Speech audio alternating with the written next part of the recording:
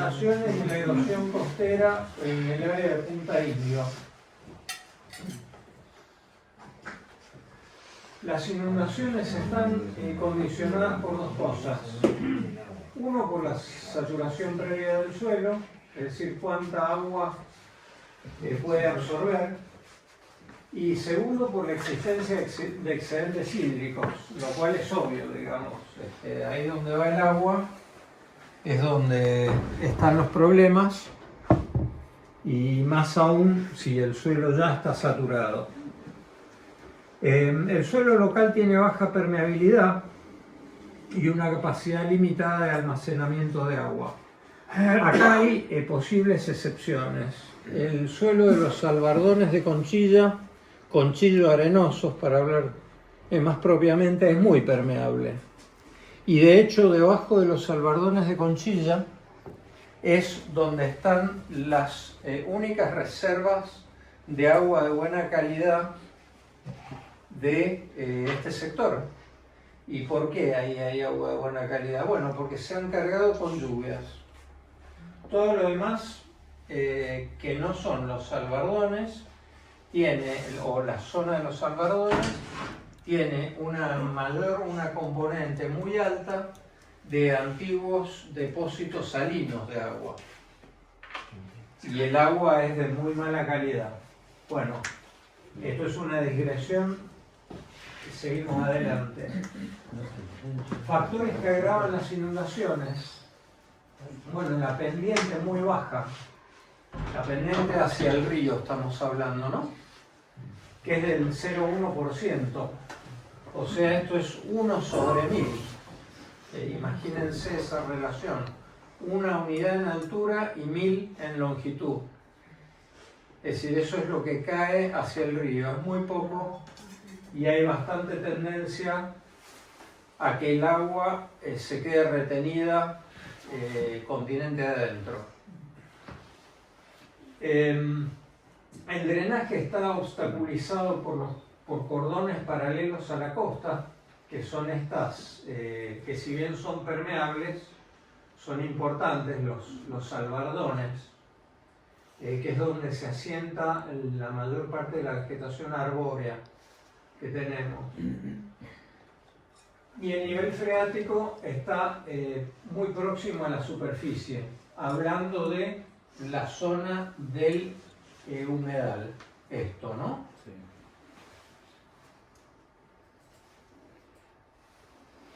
Bueno, acá se muestra este muchacho Chelone, que sería muy interesante invitarlo alguna vez. Muestra las canalizaciones. Ahí hay canales de marea, o sea que se llenan solo cuando el río está alto y después se vacían. Serían como rías, ¿no? Más que arroyos o que son, bueno, sí, que esas entradas. Que hay una red bastante profusa de ellos. Son estos que están más claritos. Y después, no sé si alcanzan a ver unas líneas rojas, que son los ditches, que se llaman en inglés, o las zanjas. Ahí está, ahí me salió la palabra en español.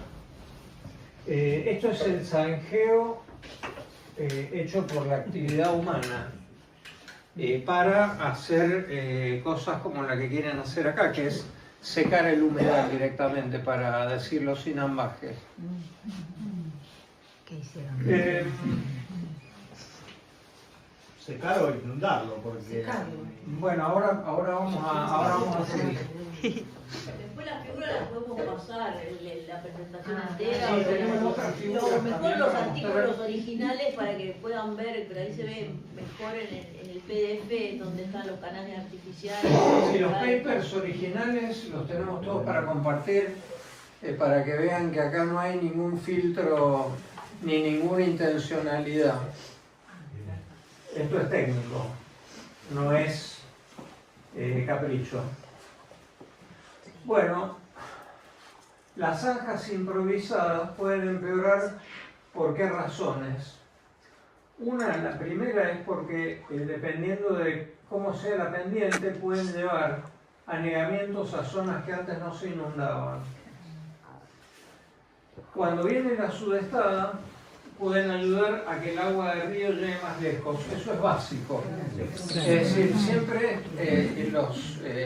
los cráneos de las obras, no lo estoy diciendo despectivamente, estoy hablando en general en todos lados, y esto pasó en lugares que después les voy a contar, en donde uno menos lo esperaba que pasara, que es donde está concentrado el conocimiento y los recursos tecnológicos y económicos. Siempre estamos pensando que el agua fluye desde el continente hacia el río, y nadie piensa en el flujo al revés. Después la eliminación de árboles con raíces profundas que permean en el sustrato, y no solo de árboles, sino de toda la vegetación palustre, que también está muy arraigada, es decir, tiene adaptaciones como estructuras bulbosas o cosas por el estilo que la hacen estar muy clavada al sustrato, porque justamente estaría muy vulnerable, si no, con el ascenso y descenso del agua se podrían desarraigar. Esto, digamos, la eliminación de la cubierta vegetal, no tan solo de los árboles, disminuye la capacidad del suelo de absorber agua. Y si una canalización bien hecha logra secar el humedal, bueno, esto es lo interesante. La materia orgánica que está en el humedal, en lo que se llama en inglés peat, que es materia vegetal que no se descompone, o por lo menos que se descompone muy lentamente. ¿Por qué? Porque está protegida por una capa de agua estancada, donde el oxígeno que alcanza a disolverse, el oxígeno atmosférico que alcanza a disolverse, no penetra muy profundamente porque no hay convección normalmente, y esto ayuda a que el volumen de materia vegetal muerta no se descomponga y consiga mantener justamente esto, el volumen del humedal. Una vez que eso se expone, se zanjea, por ejemplo, y se expone a la acción directa del oxígeno atmosférico, eso se oxida y se hunde.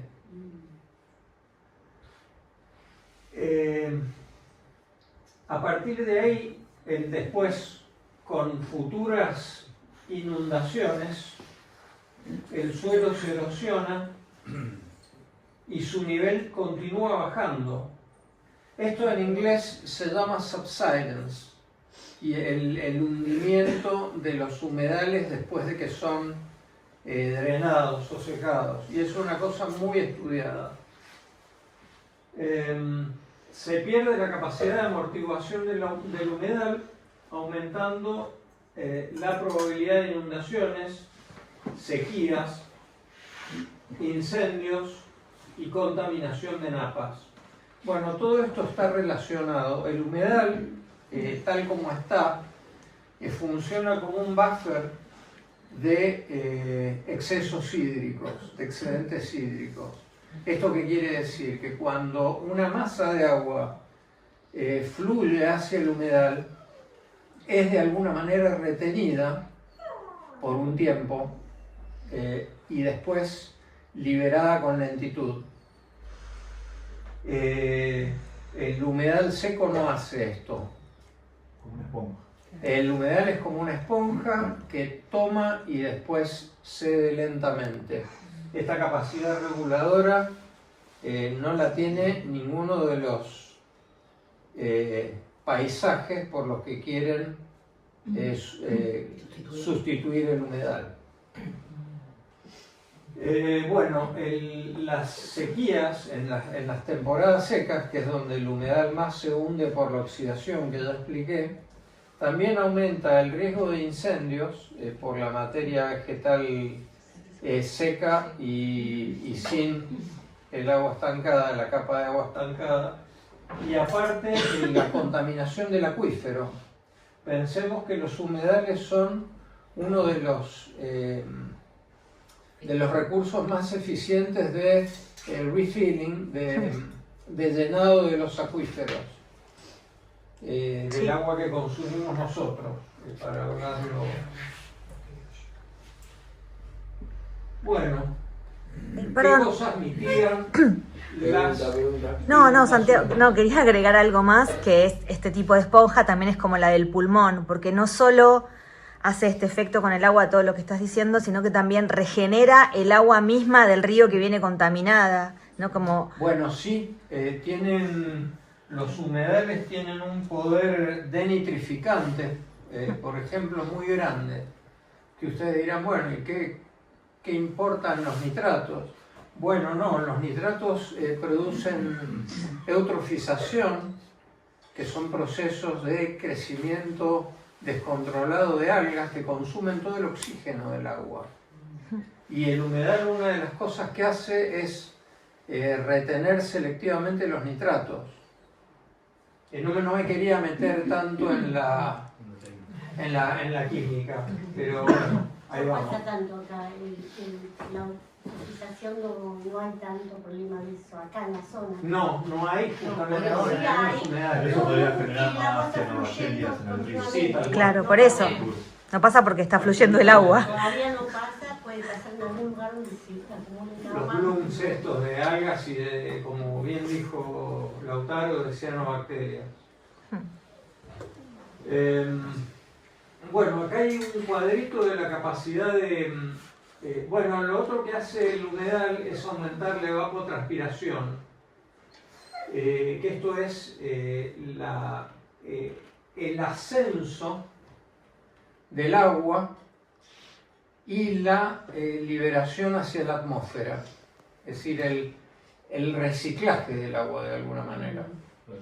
Toman agua del humedal las plantas y después la evaporan a través de las hojas y esto mantiene un flujo continuo, la evaporación de agua, un drenaje continuo que es invisible porque es hacia la atmósfera, es agua en forma de gas.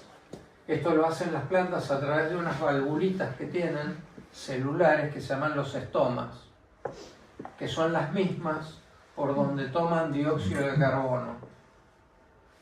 Y como tienen que tomar, están obligadas a tomar dióxido de carbono para hacer fotosíntesis, es decir, si quieren crecer, tienen que mantener sus estomas abiertos y esto produce la fuga de agua hacia la atmósfera.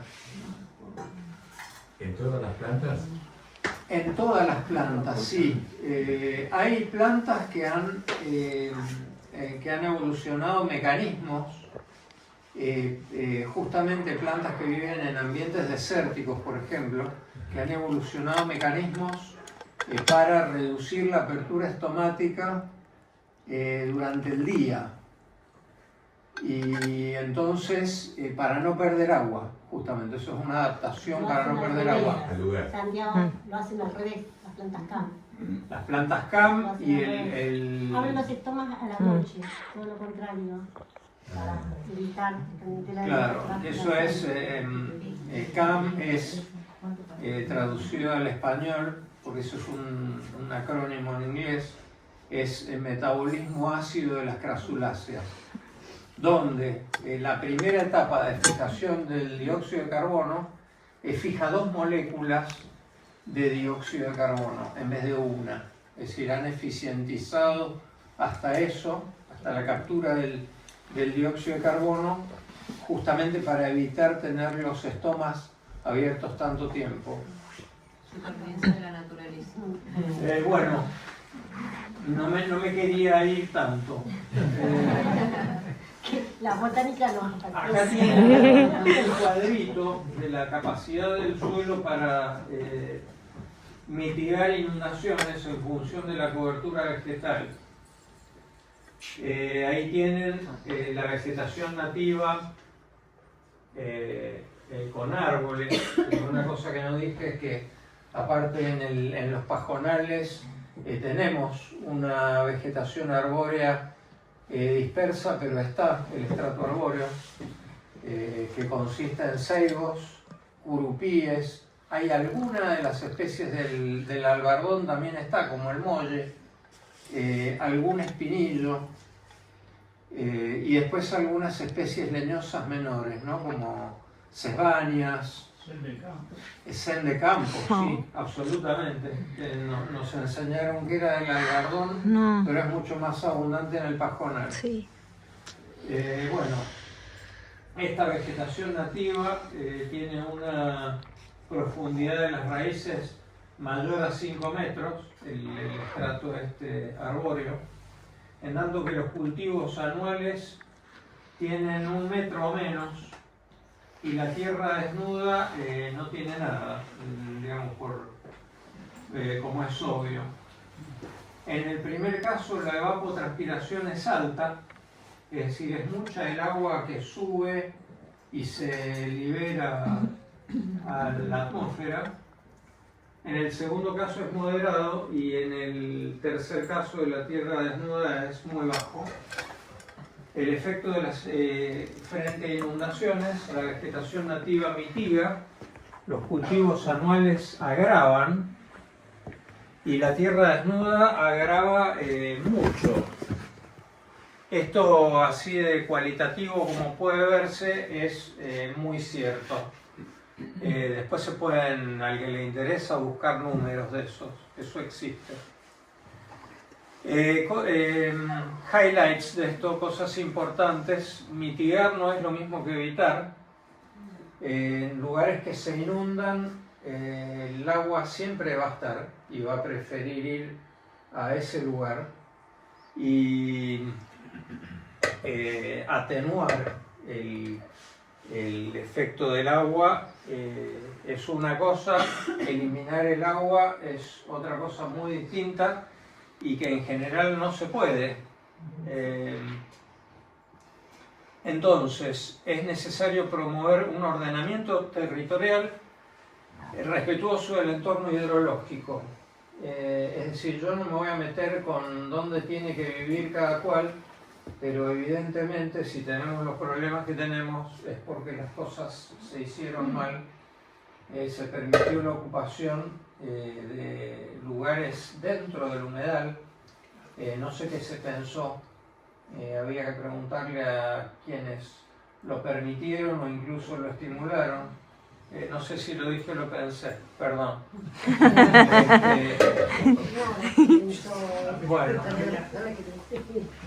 esto es muy interesante, de un paper que publica Chilone en 2016 en una revista internacional del Elsevier, del grupo Elsevier. Después, si quieren, les doy la cita precisa, donde acá tienen en amarillo, ahí, no tenemos el puntero, esta línea amarilla, es la línea de la costa de 1943. Que se ha ido lejos. Hace más de 80 años, ¿no? La línea roja, esa que se ve ahí, son los datos que... Uy, perdón. Que sigue. Están todos buscando su casa ahora. Sí, hay datos, fíjense, perdón. La línea azul, esta que está... esa, la azul oscura, no la azul más clarita. Es un violeta, medio Van a violeta. ver que están invertidas ahí, claro, es como un violeta parece. La línea azul es lo que era en 2013, la línea de la costa. Para que se den una idea de las proporciones, de qué estamos hablando ahí. A ver, Pericón Beach. Sí, pero me encanta.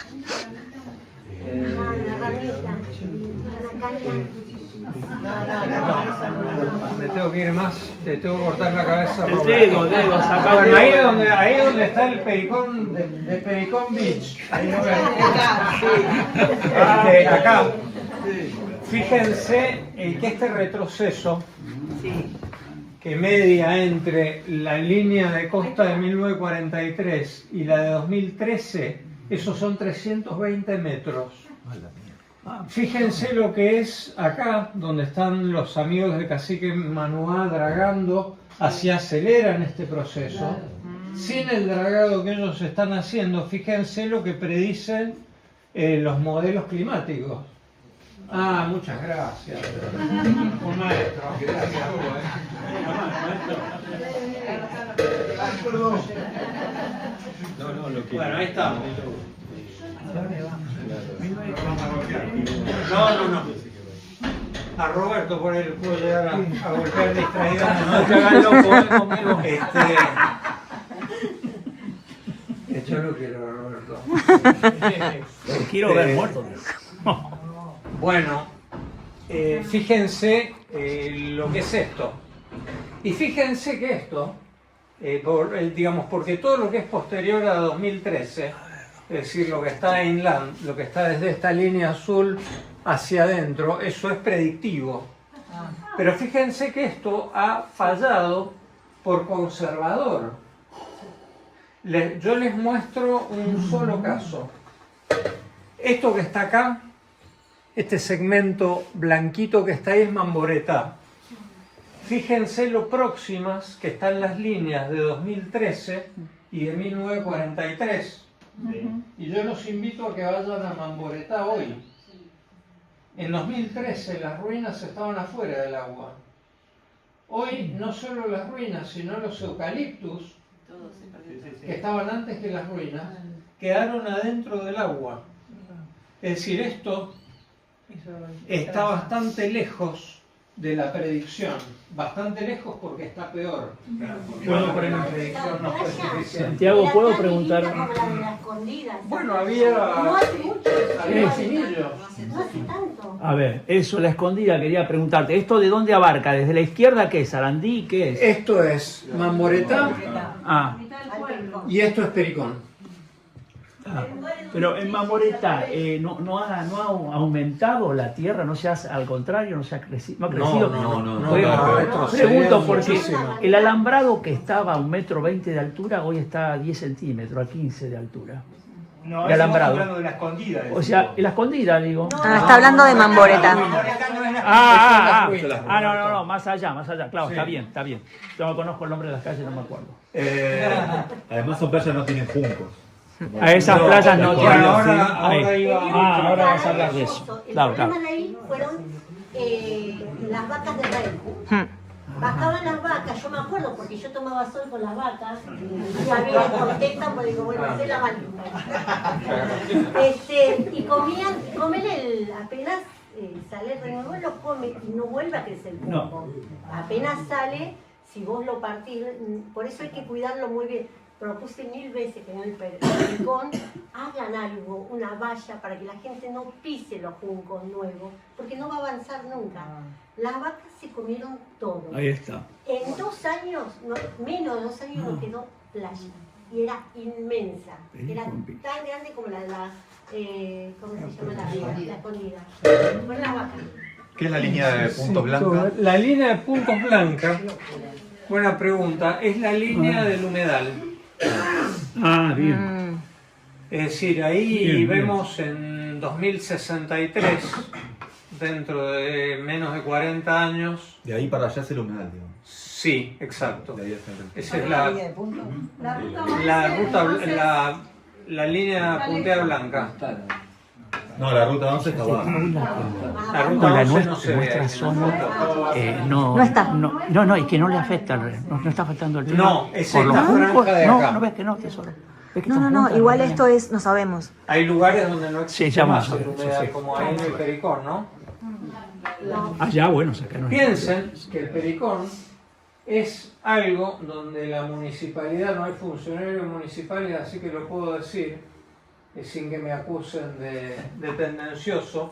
Esto ha tenido montones de subsidios en forma de camiones y camiones y muchísimos camiones de arena. O sea, con todos esos subsidios retrocedió 320 metros en 70 años. Porque recuerden que los últimos datos medidos que hay son de 2013, que es la línea azul, como les conté. Perdón, Santiago. Perdón. Sí.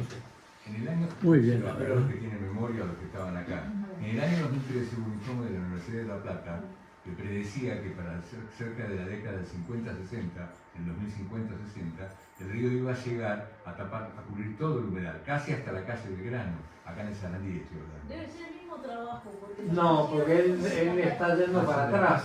¿Sí? Dijiste estudio del 2013 que predice en 50-60. Yo no sé si la memoria me falla. Sí, hay un problema con los años. ¿Qué año? Porque es como que el estudio es la inundación que...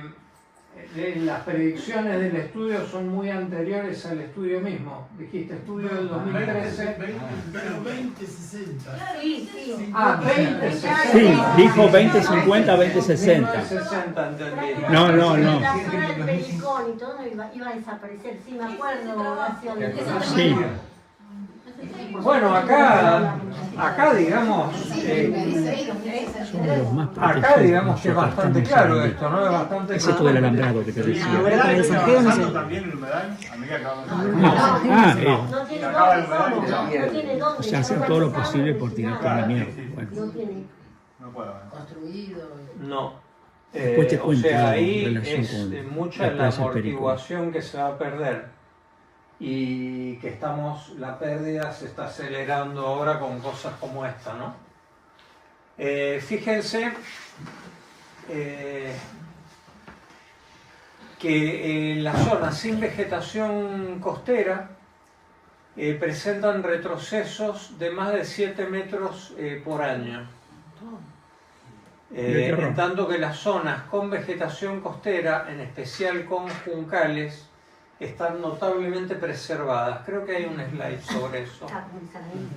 Muy bien, muy bien. Bueno, ahí está una cosa muy simplificada, adaptada de un artículo que publicó este mismo Ochelone en esto que organizaste vos, Roberto, los libros esos que compiló José Ator.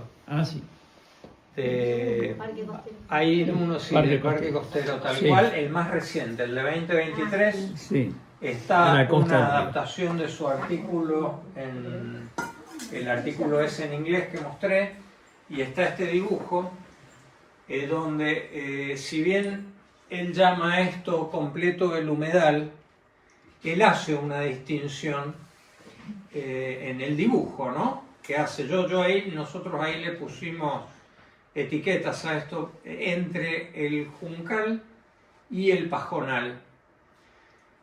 Fíjense que el juncal está en la zona intermareal, porque acá tenemos mareas. Son unas mareas que, digamos, si no hay sudestada ni nada de eso, son de alrededor de 70 centímetros. ¿Cuánto tiempo? A lo largo del día. Son diurnas las mareas. Sí. Yo no sé cómo funciona eso, pero es así. Creo que son dos bajas. Sí, se produce en la mayor amplitud, se produce durante el día. Es la atracción en la luna que atrae el agua. Claro, sí. Entonces cuando la luna está arriba atrae el agua. Por eso cuando la deberían luna ser está abajo nocturnas. no. Sí, y por acá el sol ayuda al sol también. Pero eso es por, por eso es diario. Claro, pero leí que eran preferentemente diurnas. No lo analicé, no sé qué entidad tenía el que lo dice, que lo escribe. Es un dato que... Yo te doy la teoría No es que general. cada 6 horas cambia la Cada 6 moneda. horas. Just grasp. Yo te doy la teoría general. Sí. Digamos. Bueno, No, detalles vos que sé yo te quiero ver yo te hago- también. yo te hago la teoría. A vos y a la científica social también. Sí, sí. Pero además, como dice Fabi, cuando me tomaron en el final marea, me copió. Perdón, Bueno, Santiago. después de Santiago. Perdón, disculpame que hace unos años, estoy hablando, no me acuerdo cuánto, pero ¿te acordás acá cuando llegó el agua? Porque el problema que habíamos tenido era que las mareas suben y después se va el agua, sube y se va. pero cuando tengamos varios días de viento del este, Creo que fue el 15.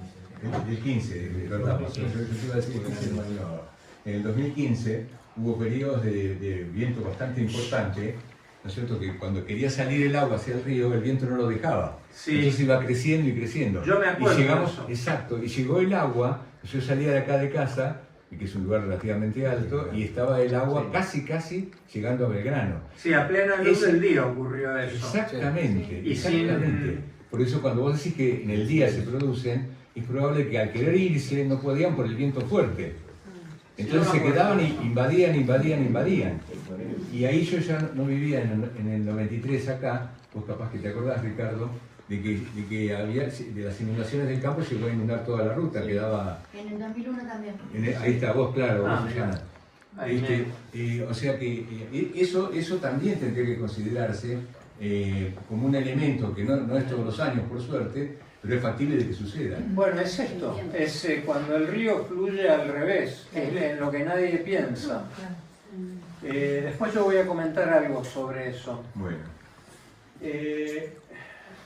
El Pajonal está a espaldas del Juncal y normalmente, o puede haber acá, no es en todos los casos, pero puede haber acá un albardoncito costero que está más elevado.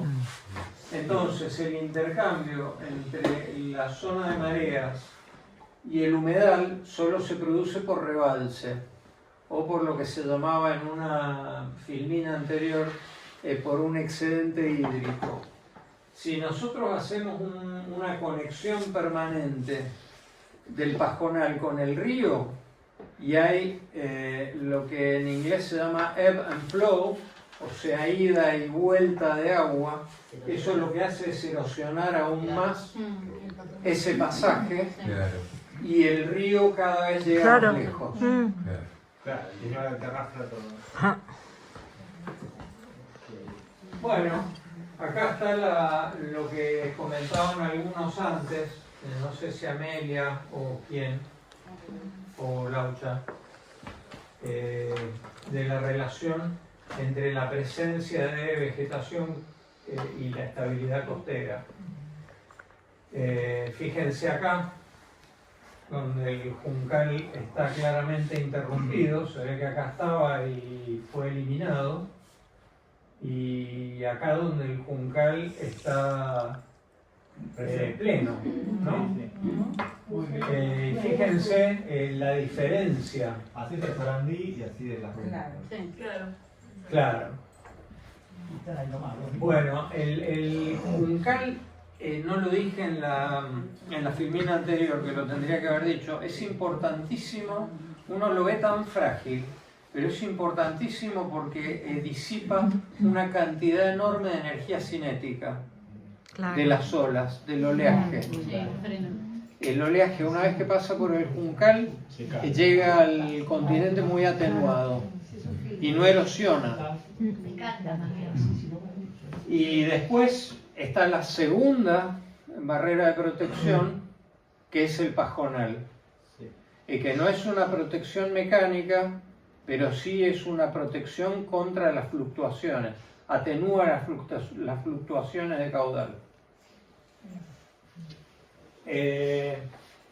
Bueno, acá hay una propuesta, digamos, la pregunta: ¿cómo se frena la erosión costera? Bueno, restaurando la vegetación intermareal con Circus o Scoenoplectus o Juncus, son todos juncos. Hay algunos que son juncáceas y hay otros que son... Pero no es fácil, No es fácil la restauración, no me acuerdo porque ahora. no lleva, hay que anclarla. Tiene Ya me voy a acordar. Hay otras soluciones que son de mayor intervención, que es esto, las living shorelines, donde se agregan subsidios, digamos, por acá, restaurando con Circus, yo estoy poniendo lo que había. Acá en los living shorelines se agregan cosas elementos a la costa que antes no estaban. En algunos casos, este autor hablaba de domos de ostras, por ejemplo. Acá no tenemos ostras, pero bueno, está hablando de los humedales, lo que se ha hecho en humedales en otras partes del mundo. Pero se pueden agregar cosas de otros humedales. No, se agregan estructuras que no estaban presentes en el paisaje original. Pero que antes sí estaban. No, estaban, pero son eficientes para se los hace como contingencia para afrontar la situación que hoy tenés, que es que el río, por acción mecánica y por ausencia de vegetación natural, se está comiendo la costa. Pero no son restos de... y darle la oportunidad a las verdaderas, las que van a colonizar, que son los juncos. Claro, que le das puedan hábitat colonizar. sí, a agentes biológicos nativos. Pero no digamos. son restos de macadam como tiraban en Sarandí, de cemento. No, cemento. son cosas más elaboradas. No es arena no, tampoco. No son palmeras. Tirar escombros, no. Tiene una forma esférica, con unos agujeros, está todo pensado, ¿no? Claro, para que no se lo lleve Sí, tienen, incluso hay muchas estructuras de cemento que se llaman domos de ostras, aunque no tienen ostras, que son unas estructuras todas acanaladas, todas con canales, pensando en que se puedan meter, vivir la fauna ahí, ¿no? Cangrejos, crustáceos, que a su vez son ingenieros ambientales, ¿no?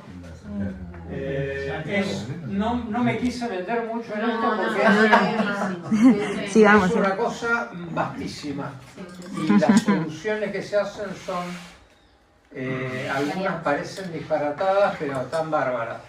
¿Puedo agregar algo, Santiago? Sí, adelante.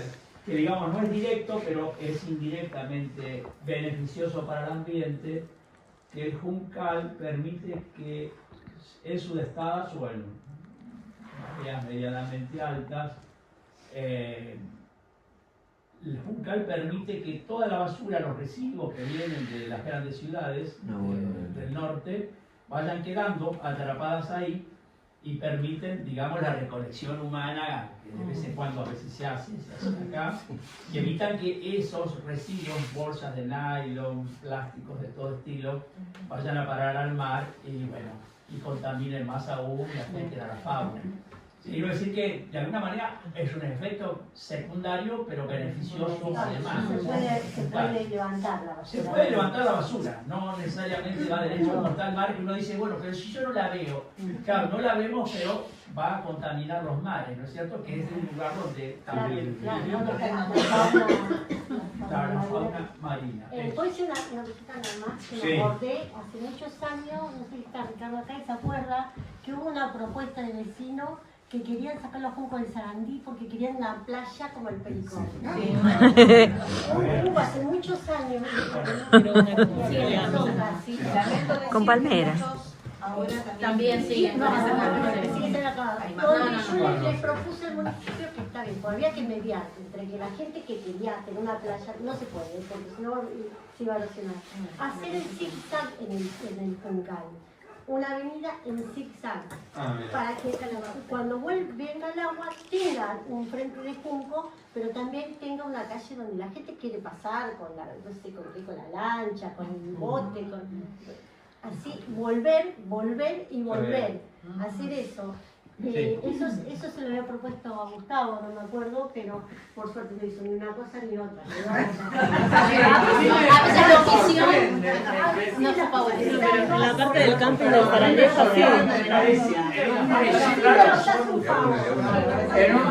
Me sorprende en un municipio que no le puede dar a un grupo de civiles organizados un par de tablas para hacer unos carteles, que piense en este nivel de manejo, de sofisticación.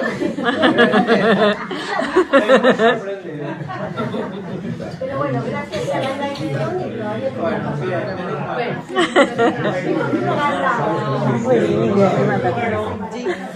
Un grupo de civiles me mata, Santiago.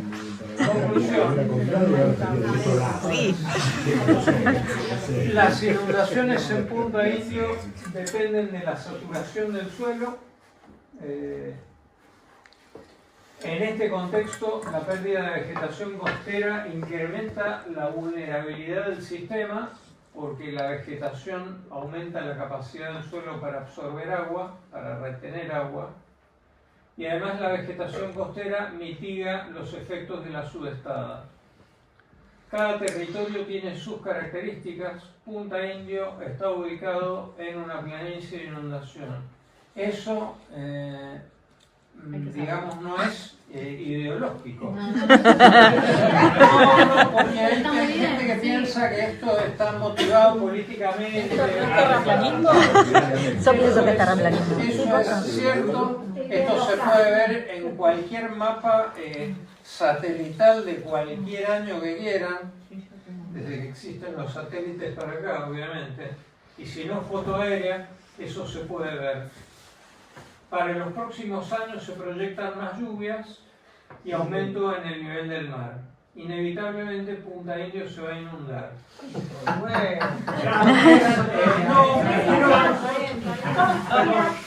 Faltó la fecha. Quiero mostrar algunos slides con imágenes que... ¿Y por qué no lo pusiste en rojo eso? No, es imprescindible tener un ordenamiento territorial. Entiendo que alguien iba a hablar de eso. Sí. No vino. La persona que volvió. Está encontrando el terreno. Si lo tengo por acá.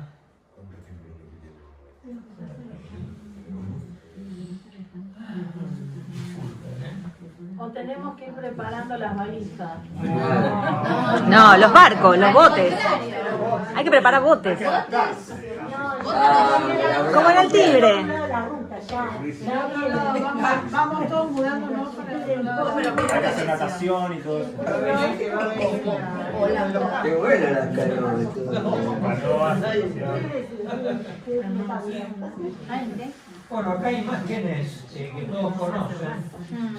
Fíjense que estas están tomadas con 2 años de diferencia. Ay, sí, es muy triste. En 2014 esto todavía estaba conectado a la tierra firme de alguna manera.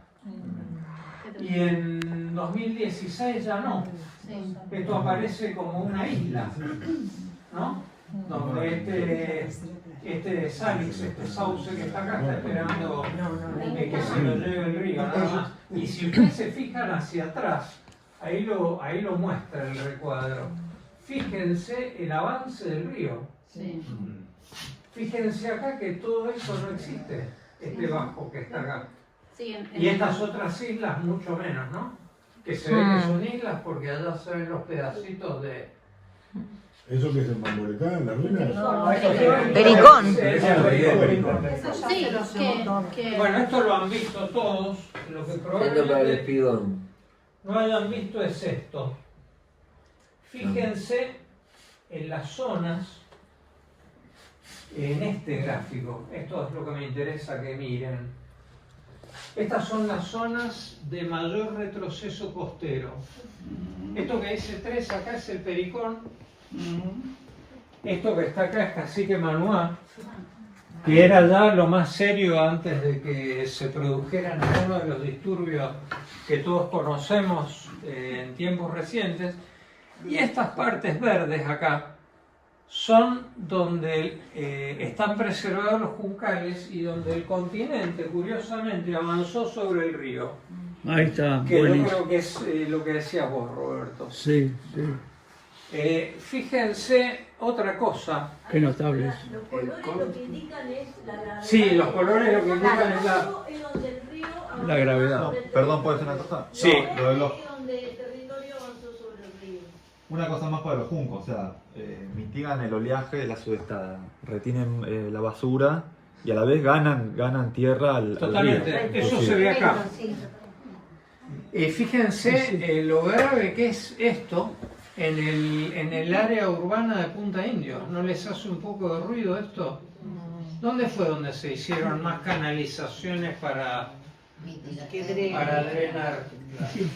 Ahí, eso de la mayor población, y la mayor La relación entre la eliminación de humedales y el retroceso de la costa es directa, comprobadísima en todo el mundo, no admite ninguna discusión.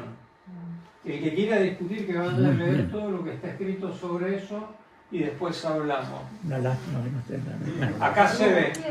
Que no tenga municipio, nadie. Adelante. Igual no lo escuchan, ¿eh? No lo van a escuchar. Ahora te cuento una anécdota. En varios pedazos. Así es.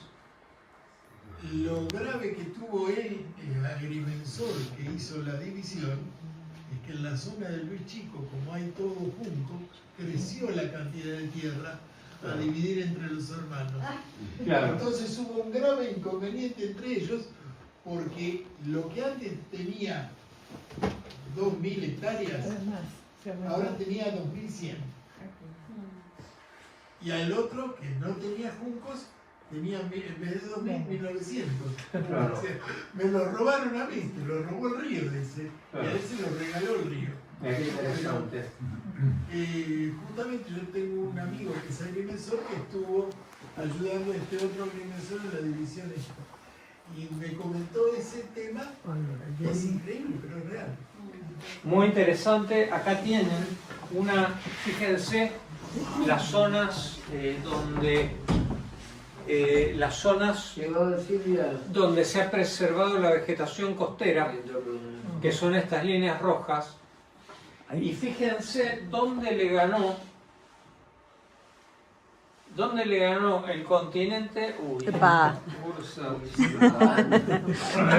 A, B, C. Y fíjense dónde fue que le ganó el continente al río. Fíjense que está fuertemente correlacionado esto con esto. El tema de Luisiana y del Mississippi, y concretamente la ciudad de New Orleans, que ahí lo que se hizo fue una obra hídrica gigantesca. Imagínense un río como el Paraná o más grande, que se lo canalizó, se lo fue estrechando y profundizando para que pudieran navegar barcos cada vez de mayor calado, pudieran navegar aguas arriba del Mississippi y llevar petróleo, bueno, quién sabe cuántas cosas más. Esto se hizo a través de lo que se llaman levés o terraplenes, diríamos nosotros, donde se fue estrechando el caudal del río, haciéndolo más profundo, y parte de la profundidad estaba en estos levés que estaban por encima del nivel de la ciudad de New Orleans. Y los americanos que calculan todo, habían calculado la creciente más catastrófica que podía ocurrir, tomando que todos los ríos de la cuenca, el Mississippi, Missouri, Red Rock y and so on, que todos esos ríos estuvieran en el máximo de su caudal, ¿qué podía pasar? Y no iban a superar el nivel de los levés estos. Lo que nadie pensó es si el agua venía desde el océano, ¿qué podía pasar? Que fue Katrina en el 2005, si mal no recuerdo. Lo que pasó es que desbordó y el agua no pudo salir. Y no pudo salir, entre otras cosas, porque estos terraplenes enormes habían aislado el caudal del Mississippi de su planicie de inundación. Porque el río normalmente tenía derrames sobre sus márgenes, que eran muy leves, y depositaba sedimentos y mantenía las riberas a nivel. Que es lo que pasa, es lo mismo, si bien el proceso es distinto, porque allá lo que se hizo es aislar el río de su planicie de inundación, y acá estamos secando un humedal, pero lo que pasa es eso, se hundieron las riberas. Y la gente donde tenía sus casas, y en las riberas hundidas, y los ricos, los más acaudalados, los tenían arriba de los levés. Los barrios pudientes de New Orleans estaban mucho más cerca del río, que fue lo que no se inundó, porque el agua pasó hacia los bajos. Sí, discúlpame, que es el futuro del Paraná. Que obviamente era donde vivían los es negros, la lucha digamos. de los pueblos del agua, porque el proyecto hidráulico para el río Paraná es exactamente el mismo y que va a tener una afectación para nosotros también, digamos, aunque esté súper lejos. Y como asamblea fuimos a varios encuentros de los pueblos del agua en defensa del agua y en contra de este proyecto hidráulico que vienen socavando todos los años con la misma idea de meter barcos de petróleo y un montón de cosas a aguas más adentro, digamos, del continente. Claro, ya no es el río Paraná, ahora es la hidrovía. Exactamente, se deja de llamarse río y se empieza a llamar hidrovía. ¿Qué pasó después de esto? Digamos, ¿dónde iban a parar los sedimentos que el Mississippi seguía trayendo? Al Golfo de México. Hay una cosa... Golfo de América. Ah, Golfo de América, perdón. Sí. Bien, está actualizado.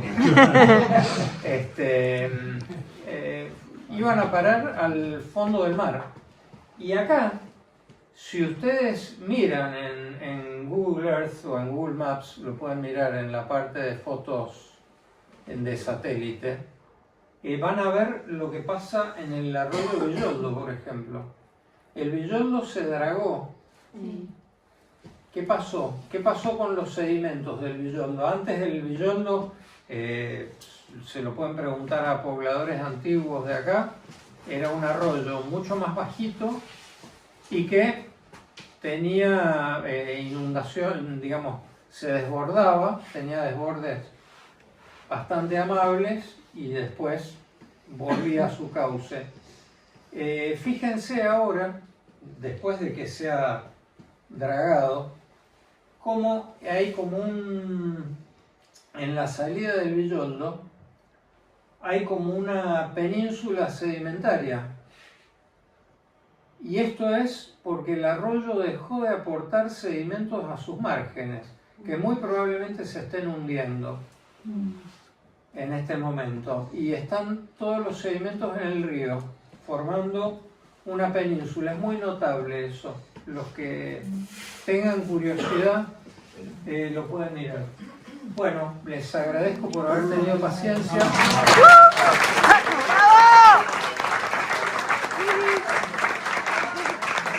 Gracias. Para el siguiente